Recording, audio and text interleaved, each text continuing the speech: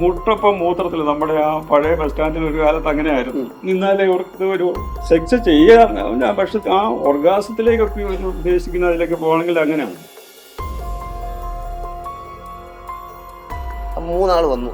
അപ്പോൾ അവർ പറഞ്ഞു ഓരോരാളായിട്ട് അത് പറ്റില്ല, നമുക്ക് 3 ആൾക്കും ഒപ്പരം. അപ്പോൾ ഈ ബലമായി പിടിച്ച് അവരെ വസ്ത്രമൊക്കെ പിടിച്ച് മേടിച്ച് പുലർച്ചയ്ക്ക് സംഭവമൊക്കെ നടത്തി അവരെ ഒരാൾ കഴുത്തിൻ്റെ എടുക്കുക, ഒരാൾ അവരെ കാലിൻ്റെ എടുക്കുക. ഇത് ഭയങ്കരമായ രീതിയിൽ അവരെ ഉപദ്രവിക്കുന്ന രീതിയിൽ ചെയ്തു.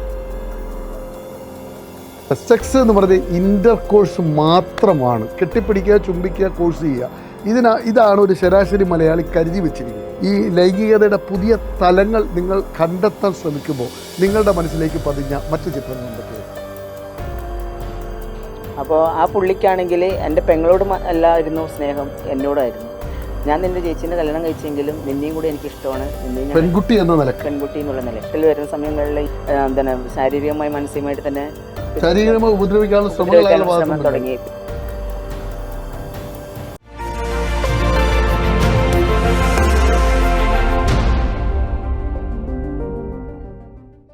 കണ്ണൂർ വിഷൻ നേർരേഖയിലേക്ക് പ്രിയ പ്രേക്ഷകർക്ക് സ്നേഹപൂർവ്വം സ്വാഗതം.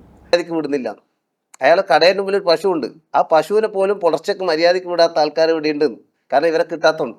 അപ്പോൾ ഇങ്ങനെയുള്ള ഒരു മാനസികാവസ്ഥയുള്ള ഒരു സമൂഹം നമ്മുടെ ഇടയിലുണ്ട്. ആ സമൂഹത്തിന് ഇത്തരത്തിലുള്ള രീതിയിൽ ഇപ്പോൾ നമ്മുടെ ഒരു അനുഭവം കൂടി പറയാം. സ്റ്റേഡിയത്തിൽ നടന്നൊരു അനുഭവം, ആളെയൊന്നും ഞാൻ പറയുന്നില്ല. അവർ ഇത് ചെയ്യുന്ന ആൾ തന്നെ, അവർ പൈസ കൊടുത്താൽ അനുവദിക്കും. അപ്പോൾ 3 ആൾ വന്നു. അപ്പോൾ അവർ പറഞ്ഞു ഓരോരാളായിട്ട് അത് പറ്റില്ല, നമുക്ക് 3 ആൾക്കും ഒപ്പരം. അങ്ങനെ അവർ ബലമായി പിടിച്ച് പോലീസ് കേസല്ലായിരുന്നു. ഞാൻ ആ സ്റ്റേഷനിലും പോയേ. അത് ആരാന്ന ഉദ്യോഗസ്ഥർ. അപ്പോൾ ഈ ബലമായി പിടിച്ച് അവരെ വസ്ത്രമൊക്കെ പിടിച്ച് മേടിച്ച് പുലർച്ചയ്ക്ക് സംഭവമൊക്കെ നടത്തി അവരെ ഒരാൾ കഴുത്തിൻ്റെ എടുക്കുക, ഒരാൾ അവരെ കാലിൻ്റെ എടുക്കുക. ഇത് ഭയങ്കരമായ രീതിയിൽ അവരെ ഉപദ്രവിക്കുന്ന രീതിയിൽ ചെയ്ത് അവർ പറഞ്ഞു നിങ്ങൾ ഓരോരാൾ വന്നോ ഒരു അരമണിക്കൂർ, അത് അവർക്ക് പറ്റില്ല. അപ്പോൾ അവരെന്താ പ്രശ്നം എന്താ? അവരെ കാണുമ്പോൾ നല്ല മാന്യം പറയും. അവർ പിറ്റേന്ന് ഞാൻ പോലീസ് സ്റ്റേഷനിൽ കണ്ടപ്പോൾ ഇവരാ ചെയ്ത് നമുക്ക് വിശ്വസിക്കാൻ കഴിയില്ല. പോലീസും ആദ്യഘട്ടത്തിൽ ഇവരിത് ചെയ്യില്ല പക്ഷേ അവസാനം വക്കീലെല്ലാം ഇടപെട്ടപ്പോൾ അവർ സത്യം പറയേണ്ടോ എന്ന് വിശ്വസിച്ച് അവസാനം എന്തോ അവരെ ജോലിയിലെല്ലാം പ്രശ്നം കേസായിരുന്നത്. കോടതിയിൽ കേസെല്ലായി വന്നൊരു സംഭവം അവസാനം ഇടപെട്ട് വക്കീലെല്ലായി സംസാരിച്ച് എന്താണെന്നറിയില്ല, പിന്നീട് അവരെങ്ങനെയോ കൈകാര്യം ചെയ്തു. അപ്പോൾ അത്തരത്തിലുള്ള മാനസിക ഉള്ള ആൾക്കാർ ഇവിടെ ഉണ്ട്.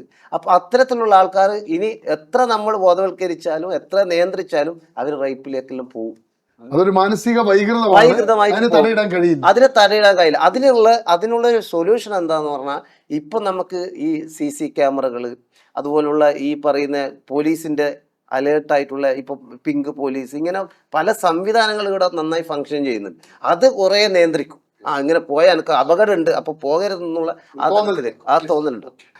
സാജിദ, ഇപ്പോഴത്തെ ഈ ജോലി ചെയ്യുന്ന ഈ ആളുകളുണ്ടല്ലോ, ഇത്തരത്തിൽ ജോലി ചെയ്യുന്ന ആളുകൾ, അവർ പൊതു സമൂഹത്തിൽ എണ്ണം കുറഞ്ഞിട്ടുണ്ടോ?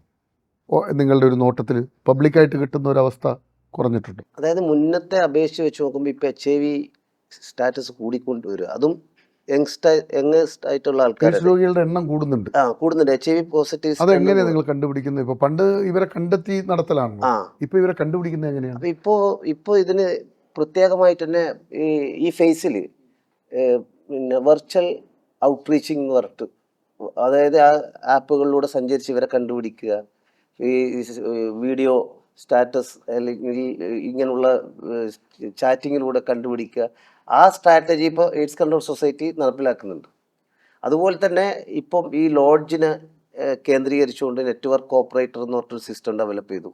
ഈ നെറ്റ്വർക്ക് ഓപ്പറേറ്ററായിട്ട് ഒന്നുകിൽ അത് ലോഡ്ജിലെ മാനേജറോ അല്ലെങ്കിൽ അവിടുത്തെ റൂം ബോയിനെയോ നമ്മൾ സെലക്ട് ചെയ്യും നെറ്റ്വർക്ക് ഓപ്പറേറ്ററായിട്ട്. അവരിലൂടെ നമ്മൾ HIV പ്രോഗ്രാം അവിടെ പോയി, സാധാരണഗതിയിൽ മുമ്പ് ആശുപത്രിയിൽ പോയിട്ട് വേണം ടെസ്റ്റ് ചെയ്യാൻ. ഇപ്പോൾ നമ്മൾക്ക് അവരുള്ള സ്ഥലത്ത് പോയി നമ്മൾ ടെസ്റ്റ് ചെയ്യും. അതിന് ഉള്ള സംവിധാനം എയ്ഡ്സ് കൺട്രോൾ സൊസൈറ്റിയൊക്കെ ഇപ്പോൾ റെഡിയാക്കിയിട്ടുണ്ട്. ഇപ്പോൾ എവിടെയെങ്കിലും അതിന് ക്യാമ്പുകൾ നടത്തും. HIV സ്ക്രീനിങ്ങിന് പണ്ട് HIV ടെസ്റ്റ് നടത്തിയിട്ട് അവിടെ പോയി ഹോസ്പിറ്റലിൽ പോയി നടത്തി അവിടുന്ന് കൗൺസിലിംഗ് കിട്ടിയാൽ മാത്രമേ ടെസ്റ്റ് ചെയ്യാൻ പറ്റൂ. ടെസ്റ്റ് ചെയ്ത് HIV പോസിറ്റീവ് വന്നു തന്നെ കൗൺസിലിംഗ് കൊടുക്കണം. ഇപ്പം നമുക്ക് ക്യാമ്പ് നടത്തി ടെസ്റ്റ് ചെയ്യാം, പക്ഷേ ഈ സ്റ്റാറ്റസ് നമ്മൾ അന്നേരം പറയില്ല. ഈ പോസിറ്റീവ് ആയാളെ നമ്മൾ നേരെ ഹോസ്പിറ്റലിലേക്ക് റെഫർ ചെയ്യും, എന്നിട്ട് അവിടുന്ന് നമ്മൾ കൗൺസിലിംഗ് കൊടുക്കുന്നു. അപ്പോൾ ആ രീതിയിലേക്ക് നമുക്ക് ഈ പറയുന്ന ഒരു 2030 മുഴുവൻ 95% ആൾക്കാർ സ്റ്റാറ്റസ് അറിയുക എന്നതാണ് നാഷണൽ ആയിട്ടുള്ള ഒരു ടാർഗറ്റ്, ഒരു ലക്ഷ്യം.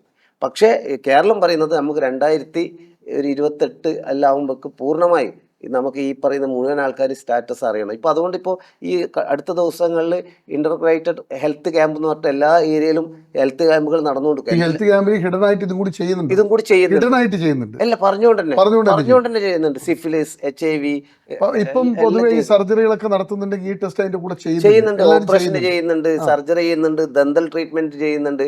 ഇപ്പോൾ ഹോസ്പിറ്റലിലെ എല്ലാ ഡോക്ടേഴ്സും ഈ പറയുന്ന ബ്ലഡ് ടെസ്റ്റിന്റെ കൂടെ ഈ ആവശ്യത്തിന് ഇത് എഴുതുന്നുണ്ട്. അപ്പൊ പിന്നെ പെട്ടെന്ന് ഐഡന്റിഫൈ ചെയ്യാം. പക്ഷെ എണ്ണം കൂടി വരുന്നുണ്ട്. ഡെത്ത് നിരക്ക് കുറവാണ്. അതായത് ഈ HIV പോസിറ്റീവ് ആയ അന്ന് ആ കാലഘട്ടത്തിൽ ഇതിന്റെ ട്രീറ്റ്മെന്റിനെ കുറിച്ച് വലിയ ഐഡിയ ആയിരിക്കും ഉണ്ടായിട്ടില്ല. ഇപ്പൊ ട്രീറ്റ്മെന്റ് ഉണ്ട്. പക്ക ട്രീറ്റ്മെന്റ് ART സംവിധാനം. പണ്ട് ക്ഷയരോഗത്തിന് ചികിത്സ വന്നതുപോലെ ട്രീറ്റ്മെന്റ് ഉണ്ട്. ജില്ലാ ആശുപത്രി കേന്ദ്രീകരിച്ചുകൊണ്ട് ART എന്ന് പറയുമ്പോൾ ആന്റി റിട്രോവൈറൽ തെറാപ്പി എന്ന് അതിന് പറയാം. ഒരു മെഡിസിൻ്റെ ഒരു കൂട്ടാണ്. ആ മെഡിസിൻ കൊടുത്തുകൊണ്ട് കൗൺസിലിംഗ് കൊടുത്തുകൊണ്ട് ഇതിന് ചികിത്സയുണ്ട്. പിന്നെ അനുബന്ധ രോഗങ്ങൾക്ക് പ്രത്യേക ചികിത്സ കൊടുക്കുന്നുണ്ട്. അപ്പോൾ ഇതിന് ഇന്ന് നല്ല ചികിത്സ കിട്ടുന്നുണ്ട്. അപ്പോൾ അവർക്ക് മാത്രമായിട്ട് പൂർണ്ണമായിട്ട് ക്യൂറബിൾ ആണോ? പൂർണ്ണമായിട്ട് മാറിയില്ലെങ്കിലും നമ്മളെ ഈ പ്രതിരോധശേഷി വർദ്ധിപ്പിക്കും. വൈറൽ ലോഡ് കൂടില്ല, അതുപോലെ നമ്മളെ പ്രതിരോധ ശേഷി കുറയുകയും ചെയ്യില്ല. അങ്ങനെ ഒരു ഗുഡ് ആയിട്ടുള്ള അവസ്ഥയുണ്ട്. തിരിച്ചു വരാം. ബിനോയ്, അങ്ങനെ ഈ ഡെലിവറി കഴിഞ്ഞു, ആണാകുന്നു. ആണാകാൻ താങ്കൾ എന്താ ചെയ്തത്? അതായത് ഞാൻ ഇതിനെക്കുറിച്ച് ഡീറ്റെയിൽ ആയിട്ട് അറിയാൻ തുടങ്ങി. പിന്നെ അത് കഴിഞ്ഞപ്പോഴാണ് ഞാൻ മുടി കട്ട് ചെയ്തു. ഫസ്റ്റ് മുടി കട്ട് ചെയ്ത് കാഴ്ചയിലുള്ള പണികളല്ല, അതെ, കാഴ്ചയിലുള്ള അതെ, അതിന്റെ അപ്പുറമാണ് നമ്മളൊക്കെ ട്രാൻസ്ജെൻഡർ പോളിസി ആദ്യമായി പാസ്സാകുന്നത് തിരുവനന്തപുരത്ത് വെച്ച്, കേരളത്തില് ആദ്യമായിട്ട് പാസ്സാവുന്ന ദിവസം ഞാനും കൂടെ ആ സ്ഥലത്ത് പോയിട്ടുണ്ടായിരുന്നു. ആദ്യമായി പാസ്സാവുന്ന സമയത്ത് ഞാൻ അവിടെ പോയിട്ടുണ്ടായിരുന്നു. തിരുവനന്തപുരം. അത് കൂടുതൽ ഡീറ്റെയിൽ ഗവൺമെന്റ് കേരള സർക്കാർ നിങ്ങൾക്ക് മാറാം. അതെ, മാറാം. സ്വന്തമായി തീരുമാനം എടുക്കാം. അവിടെ ഞാൻ എത്തി. അവിടെ തെരഞ്ഞു പിടിച്ച് ഞാൻ അവിടെ എത്തി. അവിടെ നിന്നാണ് നമ്മൾ കണ്ണൂരിൽ നിന്നും സന്ധ്യ ബാസ്റ്റി എന്ന് പറയുന്ന സന്ധ്യാമ്മനെ ഞാൻ പരിചയപ്പെടുന്നത്. സന്ധ്യാമ്മയാണ്. സന്ധ്യാമ്മനെ ഞാൻ ഫസ്റ്റ് അവിടെ വെച്ച് കണ്ടു. സന്ധ്യ ബാസ്റ്റി കണ്ണൂരിലെ ഇപ്പം ട്രാൻസ് വുമൺ ആണ്. അവര് അതെ അവിടെ വന്നിട്ടുണ്ടായിരുന്നു. അങ്ങനെ അവര് ഞാനായിട്ട് മീറ്റ് ചെയ്തു. അത് കഴിഞ്ഞപ്പോൾ പുള്ളിക്കാരി ഏകദേശം നമ്മളടുത്ത് വന്ന് വർത്താനം പറഞ്ഞ് പോയി. പിന്നെ റെയിൽവേ സ്റ്റേഷനിൽ വെച്ച് വീണ്ടും ഞങ്ങൾ മീറ്റ് ചെയ്തു. അവിടെ നിന്ന് തിരിച്ചു പോരുന്ന സമയത്ത് വീണ്ടും തിരിച്ചു പോരുമ്പോൾ മീറ്റ് ചെയ്തു. അപ്പം അവർ പറഞ്ഞു എൻ്റെ മോനായിട്ട് നിന്നെ ദത്തെടുത്തോട്ടെ എന്ന്. അതായത് നമ്മൾക്ക് എന്താണ് ട്രാൻസ്ജെൻഡർ കമ്മ്യൂണിറ്റിയിൽ വന്ന കൾച്ചർ ഇതിൽ നമ്മൾ എന്താ പറയുക, മക്കളെ ദത്തെടുക്കുന്നതുണ്ട്. മക്കളെ ദത്തെടുക്കുക, അതായത് കിജഡ കൾച്ചർ ആയിരുന്നു അത് പണ്ട് ഉണ്ടായിരുന്നത്. മക്കളെ ദത്തെടുക്കുക, കുറേ മക്കൾ ഉണ്ടാവുക, അങ്ങനെയുള്ളതൊക്കെ അവരുടെ ആഗ്രഹങ്ങളിൽ ചെയ്തു കൊടുക്കുക. അപ്പോൾ അതുപോലെ തന്നെ ഇത് കിജഡ കൾച്ചറായിട്ട് അമ്മ എന്തായാലും എടുത്തിട്ടില്ല, സന്ധ്യാമ്മ എടുത്തിട്ടില്ല. അതിനോട് മുന്നോട്ട് പോകാൻ അവർക്ക് താല്പര്യമില്ല. ഹിജഡ എന്ന് പറഞ്ഞാൽ ഏതാണ്? ഇതെന്ന് വെച്ചാൽ ഹിജഡ എന്ന് പറയുന്നത് പണ്ട് പറഞ്ഞ കൾച്ചറാണ്. ഒരു കൾച്ചറാണ്. കർണാടകയാണ്, ഇവിടെയല്ല, കർണാടകയിലൊക്കെ. അതെ, ഞാൻ എന്നിട്ട് ഈ അമ്മ എന്നെ വിളിച്ചു, മകനായിട്ട് ദത്തെടുത്തു. ഞാൻ അമ്മയിൽ നിന്നാണ് ഞാൻ ഈ കണ്ണൂർ ജില്ലയിലേക്ക് ഞാൻ വരുന്നത്. പാലക്കാടാണ് എൻ്റെ സ്വദേശം. ഞാൻ പാലക്കാടാണ് ജനിച്ചതും വളർന്നതും എല്ലാം. അപ്പൊ അങ്ങനെയാണ് ഞാൻ അവിടെ നിന്ന് ഇങ്ങോട്ട് പോയിരുന്നത്. കുട്ടി എന്റെ കൂടെ തന്നെയാണ്.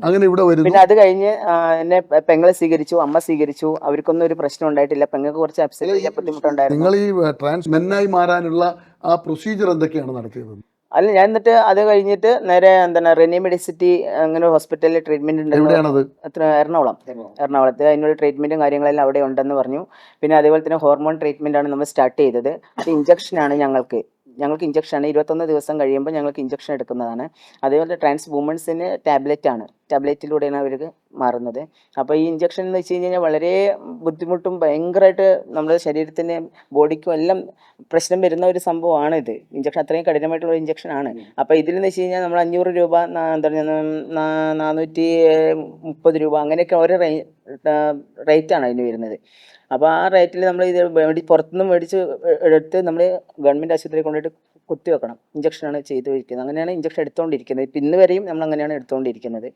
അപ്പോൾ അത് ഫസ്റ്റ് സ്റ്റാർട്ട് ചെയ്ത് പിന്നെ അത് കഴിഞ്ഞ് അത് റെനി മെഡിസിറ്റിയിൽ നിന്ന് സ്റ്റാർട്ട് ചെയ്തു. പിന്നെ കോട്ടയത്ത് പോയിട്ടാണ് സർജറിയും കാര്യങ്ങളൊക്കെ കഴിഞ്ഞിട്ടുണ്ടായിരുന്നത്. ഇപ്പം കുഴപ്പമില്ല, എല്ലാവരും അക്സെപ്റ്റ് ചെയ്തു, നല്ല രീതിയിൽ തന്നെ പോകുന്നു. ഇപ്പം ബിനോയ് ഇതിനകത്ത് ഇപ്പോൾ ഈ വന്നിരുന്ന് പറയാൻ കാണിച്ച ഈ വലിയ മനസ്സ്, അത് സമൂഹത്തിന് വലിയ, നമ്മൾ ഇന്നത്തെ കാലത്ത് എന്തെങ്കിലും തുറന്നു പറയാതെ ഈ ലോകത്ത് കടന്നു പോകുന്നു ഒരിക്കലും ഇല്ല. ഇന്നത്തെ ഒരു കാലത്ത് കേരളത്തിലെ അറിയപ്പെടുന്ന ഈ വർക്കേഴ്സ് ആയിരുന്ന ആളുകൾ അവരുടെ അനുഭവങ്ങൾ പങ്കുവെക്കുന്നില്ലേ? ഉണ്ട്. നല്ല ബുദ്ധിമുട്ടിലൂടെയാണ് നമ്മുടെയൊക്കെ ജീവിതം കടന്നു പോകുന്നത്. സാധാരണപ്പെട്ട ആളുകൾക്ക് എങ്ങനെയും ജീവിക്കാം. ഈ ട്രാൻസ്ജെൻഡേഴ്സ് എന്ന് പറയുന്നത് ട്രാൻസ് മെൻസ് ഞങ്ങൾക്ക് പിന്നെ അത്രയും ഞങ്ങൾ തിരിച്ചറിയില്ല. ഇപ്പൊ സാറിന് തന്നെ ഇല്ല, മനസ്സിലായിട്ടുണ്ട് ഒരിക്കലും വന്നപ്പോൾ. നിങ്ങൾ പ്രസവിച്ചു എന്ന് പറയുമ്പോൾ ഞാൻ ഞെട്ടിപ്പോയി. അതെ, തീർച്ചയായും. അതുപോലെ തന്നെ സമൂഹത്തിലും നമ്മൾ പറഞ്ഞു മാത്രമേ എല്ലാവർക്കും ഈ മനസ്സിലാവുള്ളൂ. കുട്ടി ഇപ്പൊ ഉള്ള കുട്ടിയാണോ പെണ്ണോ? പെൺകുട്ടി. അവളെ എന്ത് പറയുന്നു മകൾ? അവള് കുഴപ്പമില്ല. അവള് ജനിച്ചപ്പോൾ മുതൽ അച്ഛനാണ് വിളിക്കുന്നത്. ഇപ്പം വേറെ ഒരു കാര്യം കൂടെ എടുത്തു പറയേണ്ട കാര്യം, ഞാൻ ഈ കണ്ണൂർ ജില്ലയിൽ നിന്ന് തന്നെ ഞാൻ കല്യാണം കഴിച്ച, ആ കല്യാണം കഴിക്കാൻ സാക്ഷിയായിട്ട് നിന്നത് ഷാജിദേട്ടനായിരുന്നു. അപ്പോൾ അവള് ഫസ്റ്റ് മാരേജ് കഴിഞ്ഞ വ്യക്തിയാണ്. അപ്പം വൈഫിന് 2 കുട്ടികളുണ്ട്, ഒരു ആൺകുട്ടിയും പെൺകുട്ടിയുണ്ട്. ഞാൻ അവരെ സ്വീകരിച്ചു. എൻ്റെ കൂടെ തന്നെ എനിക്കിപ്പോൾ 3 മക്കളാണ്, വൈഫും ഉണ്ട്. സുഖ ജീവിതമായിട്ട് പോകുന്നു, ഒരു കുഴപ്പമില്ല. പിന്നെ വർക്കുകൾ ചെയ്യുന്നുണ്ട്. ഞാനിപ്പോൾ കടലൊക്കെ ബിസിനസ്സാണ്, കടലയുടെ വണ്ടി ഇട്ടിട്ടുണ്ട്, കടല വറുത്ത് വിൽപ്പനയിലാണ്. പല മേഖലയിൽ വന്നിട്ടുണ്ട്. ഹാപ്പിയാണ്. പല മേഖലയിൽ വന്നിട്ടുണ്ട്. കല്യാണം തന്നെ ഒരു സ്റ്റോറിയാണ്. കല്യാണം കല്യാണം എന്ന് പറഞ്ഞു കഴിഞ്ഞാല് ഇത് ഇവർക്ക് കല്യാണം കഴിക്കാൻ സ്ഥലം കൊടുക്കണ്ടേ ആരെങ്കിലും? ഇതാന്ന് അറിയുമ്പോൾ തന്നെ ഒരു അമ്പലത്തിൽ നിന്നും പറഞ്ഞ് ഇടുന്ന നേരത്തെ തരൂല. അങ്ങനെ അമ്പലങ്ങള് കയറി നടന്ന് ഒരു അമ്പലം, നല്ല മനസ്സുള്ളൊരു സ്ഥലത്ത് അമ്പലത്തിൽ പോയി അവര് സമ്മതിച്ചു. എവിടുന്ന പെണ്ണിനെ കണ്ടെത്തിയത്? എങ്ങനെ ആ ഒരു കഥ പ്രണയമാണ്? അതായത് വൈഫിനെ ഞാൻ കണ്ടെത്തുന്നത് തെക്കി ബസാർ കണ്ണൂർ, തെക്കിയിൽ വെച്ചിട്ട് ഒരു ലോട്ടറി പീടികയിൽ വർക്ക് ചെയ്യുന്നതായിരുന്നു വൈഫ്.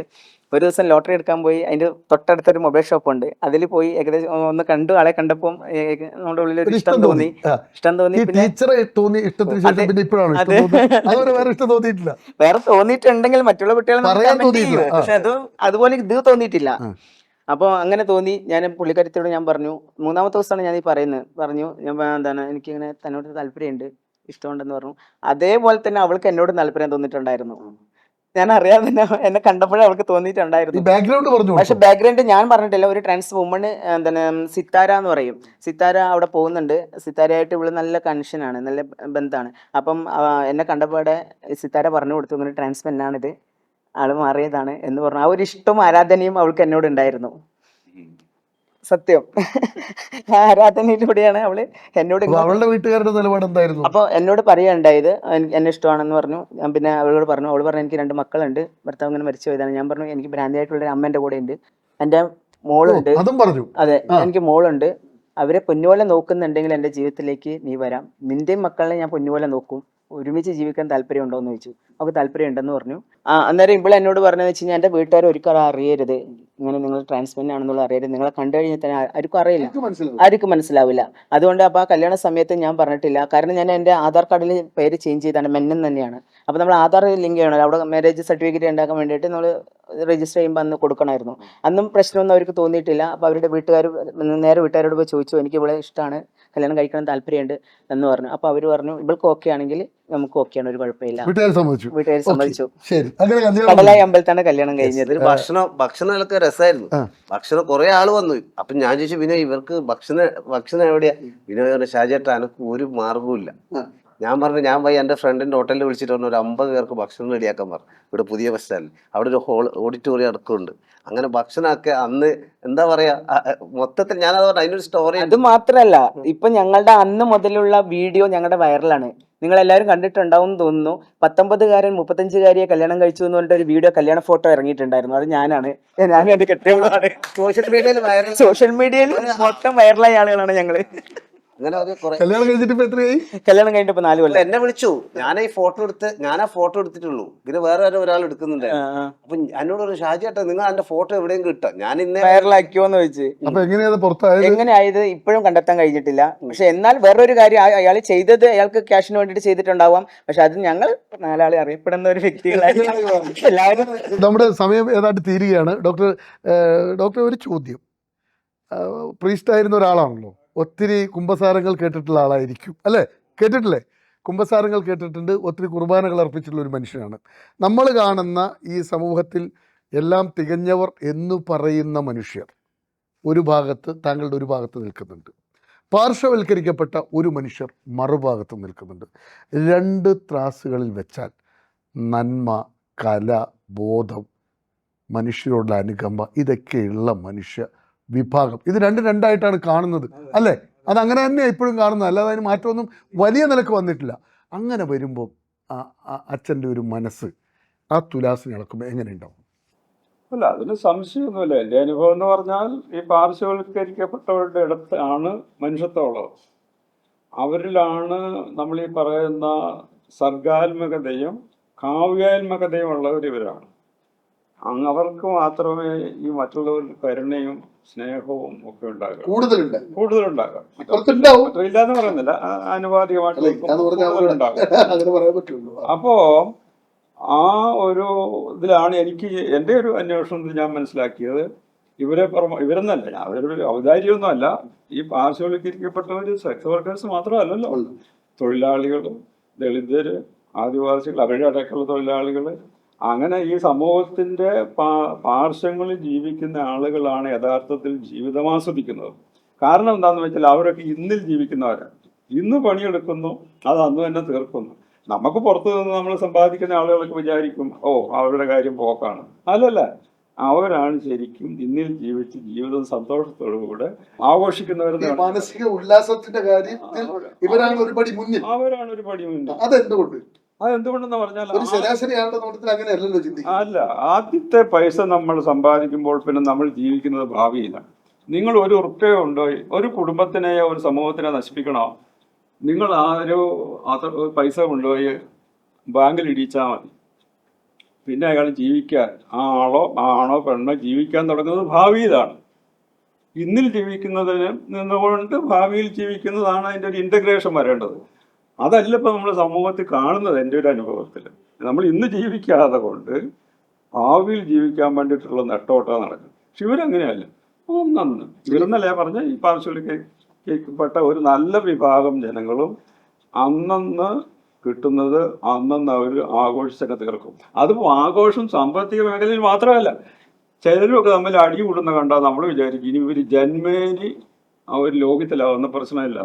നമ്മൾ നോക്കുക പിറ്റേ ദിവസം അവർ വളരെ സ്നേഹത്തോടുകൂടെ ഹായ് എന്ന് പറഞ്ഞ് നടക്കുന്നു. ഇത് നമ്മളെ കൊണ്ട് സാധിക്കില്ല. ഈ സമ്പാദിക്കുകയും ഭാവിയിൽ ജീവിക്കുന്ന ആളുകൾക്കും അത് സാധ്യമല്ല. നമ്മൾ വർഷങ്ങളെടുത്തിട്ടാണ് പക പോകുന്നത്. ഇവർക്ക് അങ്ങനെ ഒരു പരിയില്ല. പാകാന്ന് പറഞ്ഞാൽ അപ്പം തീർന്നു. പക്ഷെ വേറൊരു കാര്യമുണ്ട്, അദ്ദേഹം പറഞ്ഞതുപോലെ ഈ കുശുമ്പ് ഭയങ്കര, അസൂയയും കുശുമ്പും ഭയങ്കര. ഇവരുടെ ഇദ്ദേഹം പറഞ്ഞല്ലേ, ആ ടീച്ചറിനോട് സ്നേഹം തോന്നിയ ആ നിമിഷം ടീച്ചറിനെ ആരെങ്കിലും നോക്കിയാൽ പോലും ഇദ്ദേഹത്തിന് അസ്വസ്ഥത. അത് ഇവിടെ മാത്രമല്ല, മൊത്തത്തിൽ എങ്ങനെയാണ്.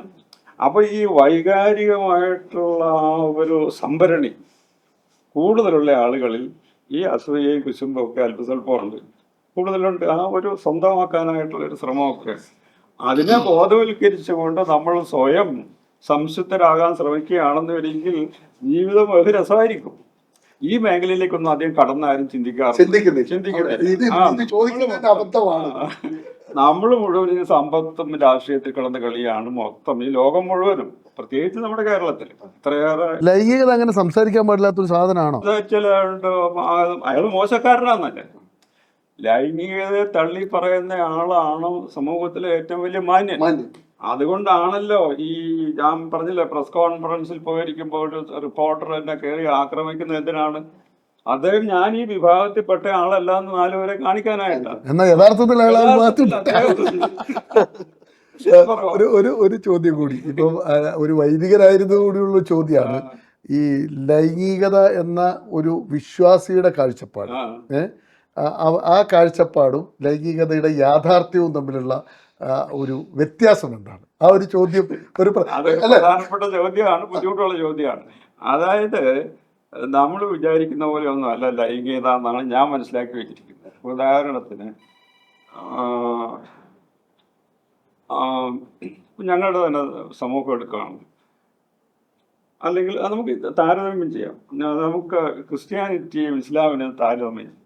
ക്രിസ്ത്യാനിറ്റിയിൽ ലൈംഗികത തന്നെ എന്താണ് പാവമാണെന്ന് വിചാരിക്കുന്നത്. ലൈംഗികമായിട്ടുള്ള ഓറിയന്റേഷൻ അല്ല, ലൈംഗികത ഗൗരവമായിട്ട് എടുക്കുകയും അതിനെ ആസ്വദിക്കുകയും ചെയ്യുന്നത് ഭക്തിക്കും ആത്മീയതയ്ക്കും എതിരാണെന്ന് ഇൻഡയറക്റ്റ് ആയിട്ട് പറയുന്നുണ്ട്. അതിൻ്റെ ഇസ്ലാമിലേക്ക് വരുമ്പോഴേക്കും അത് ഒരു നിയന്ത്രണവും വേണ്ട, ലിബറലൈസ് ചെയ്യാണ്. ഇത് രണ്ടും തെറ്റാണെന്ന് വിശ്വസിക്കുന്ന എന്താണ് ശരി എന്നൊരു ചോദ്യത്തിന് കൂടി ഉത്തരവാദിത്വം. ചോദ്യം ഇതാണ്, ഇത് രണ്ടും കൂടെ സമന്വയിക്കുന്ന ഒരു സമന്വയിച്ചുകൊണ്ടുള്ള ഒരു ആരോഗ്യകരമായിട്ടുള്ളൊരു സമീപനമാണ് വേണ്ടത്. അല്ലാതെ ഒന്ന് എന്തും ആകാമെന്നും ഒന്ന് ഒട്ടും പാടില്ല എന്നുള്ളത് രണ്ടും മാനുഷികമല്ല. നിയന്ത്രണം സമന്വയിപ്പിക്കണം. നിയന്ത്രണം വേണം. അല്ലേ? നിങ്ങളുടെ ജീവിതത്തിലെ അനുഭവം നിങ്ങൾക്ക് നൽകുന്ന പാഠം എന്താണ് ഈ മേഖലയിൽ? 25 വർഷമായില്ലേ? 25-26 വർഷമായി. 26 വർഷമായി. എന്താണ് നിങ്ങൾക്ക് നൽകുന്ന പാഠം? തുടക്കത്തിലൊക്കെ ഇത് കുഴപ്പം പിടിച്ച ഫീൽഡായി തോന്നിയിട്ടില്ല? അയ്യോ, എത്ര ഒറ്റപ്പെടുത്തലുകള്, അവഗണനകള് എല്ലാം ഉണ്ടായിട്ടുണ്ട്.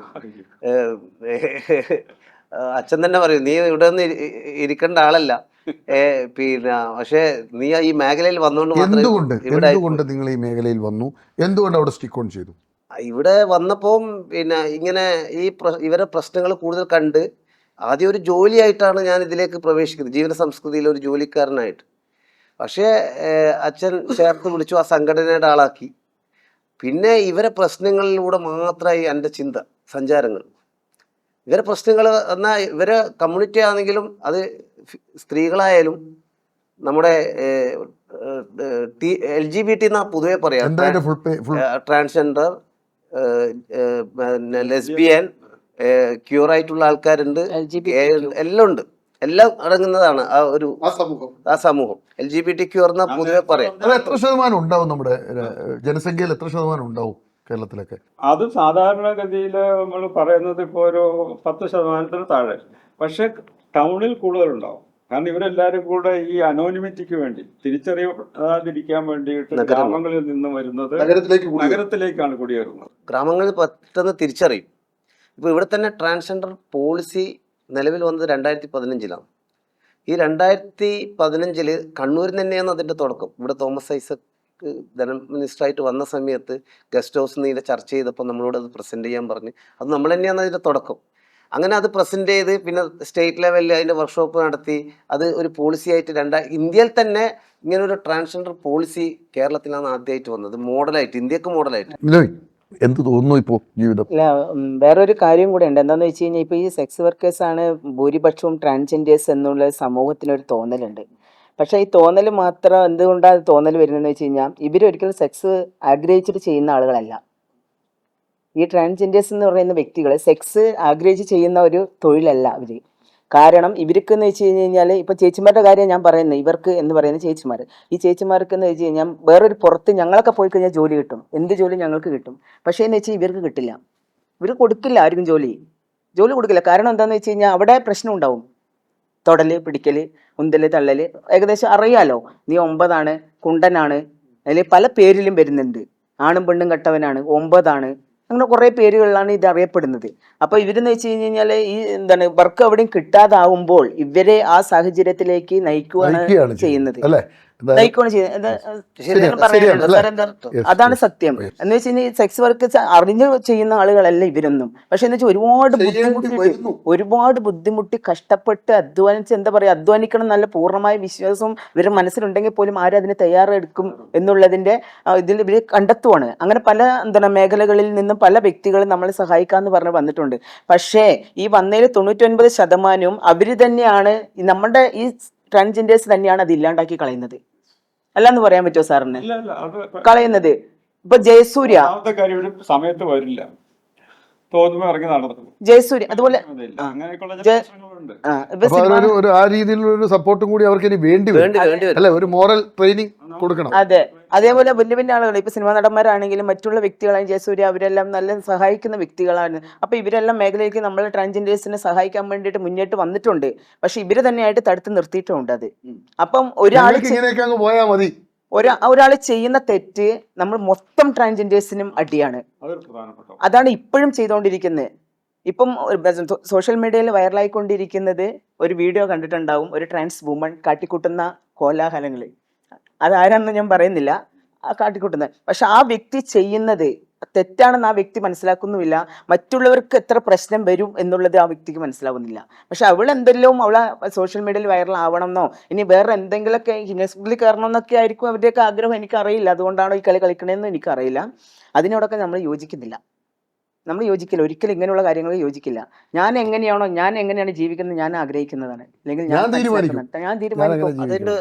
അതിനൊരു പ്രത്യേകത എന്താ വെച്ചാൽ ഞാൻ പല ഗ്രൂപ്പിൻ്റെ ഇടയിലും പ്രവർത്തിച്ചിട്ടുണ്ട്. നമ്മൾ ട്രാൻസ് കമ്മ്യൂണിറ്റിൻ്റെ ഇടയിൽ കണ്ട ഒരു പ്രത്യേകത, അവിടെ ഒരു ഗ്രൂപ്പ് വർക്ക്, ഈ ഡാൻസ് അങ്ങനെയുള്ള പ്രോഗ്രാം ഒന്നിച്ചു കൊണ്ടുപോകും. ഡാൻസ് അങ്ങനെയുള്ള സംഭവങ്ങൾ അല്ല, അതൊരു ജോലിപരമായ കാര്യങ്ങൾ ഇവർക്ക് ഒന്നിച്ചു കൊണ്ടുപോകാൻ കഴിയുന്നില്ല. അവിടെ എല്ലാം ഇവർ അവിടെ അടിപ്രശ്നം വരും. ഓരോരാളും ഓരോരാളാണ്. അത് എൻ്റെ ഇഷ്ടം, എൻ്റെ ഈ ചിന്തക്ക് ഞാൻ സഞ്ചരിക്കും. പല കാര്യങ്ങളിലും നമ്മൾ പരീക്ഷണങ്ങൾ നടത്തിയപ്പോൾ നമ്മൾ പരാജയപ്പെട്ടിട്ടുണ്ട്. കുടുംബശ്രീകളിൽ താൽക്കാലിക കൂട്ടായ്മയേ ഉള്ളൂ ഇവർക്ക്, അതെ, സ്ഥിരമായ കൂട്ടായ്മകളിൽ. കുടുംബശ്രീകളെ രൂപീകരിച്ചു. അതിലും ഒരു 10 ആളുണ്ടെന്നുണ്ടെങ്കിൽ ആ 10 ആള് ഒരു മാസം നിൽക്കും, പിന്നെ അത് കഴിഞ്ഞ് 10 വിധത്തിലാവും. അതൊക്കെയാണ് പ്രശ്നം വരുന്നത്, മേഖലയിൽ വരുന്നത്. നേരയുടെ എപ്പിസോഡ് ഇവിടെ അവസാനിക്കുകയാണ്. പ്രേക്ഷകരോട് അല്ലെങ്കിൽ സമൂഹത്തോട് നമുക്ക് പറയാനുള്ള, ഇവരും നമ്മളെ പോലെ തന്നെ ഈ സുന്ദരമായ ഭൂമിയിൽ സുന്ദരമായി ജീവിച്ചു പോകേണ്ട ആളുകളാണ്. നമ്മളെപ്പോലുള്ള എല്ലാ അവകാശങ്ങളും ഈ സമൂഹത്തിനുമുണ്ട്. അവർക്ക് വേണ്ടി പ്രവർത്തിക്കുന്ന കുറച്ചാളുകളേ ഉള്ളൂ. എല്ലാവരും ഒന്നാണ്, ഒരേ പ്രകൃതിയുടെ സൃഷ്ടിയാണ് എന്ന ബോധ്യം നമുക്കുണ്ടാകണം. അതുമാത്രമേ ഞങ്ങൾക്ക് പറയാനുള്ളൂ. 18 വർഷം മുമ്പ് തുടങ്ങി ഇന്ന് വീണ്ടും നമ്മൾ ചർച്ച ചെയ്തിരിക്കുന്നു. ചർച്ചയിൽ പങ്കെടുത്ത നിങ്ങൾ 3 പേർക്കും നന്ദി, നമസ്കാരം. പ്രേക്ഷകർക്കും നന്ദി, നമസ്കാരം.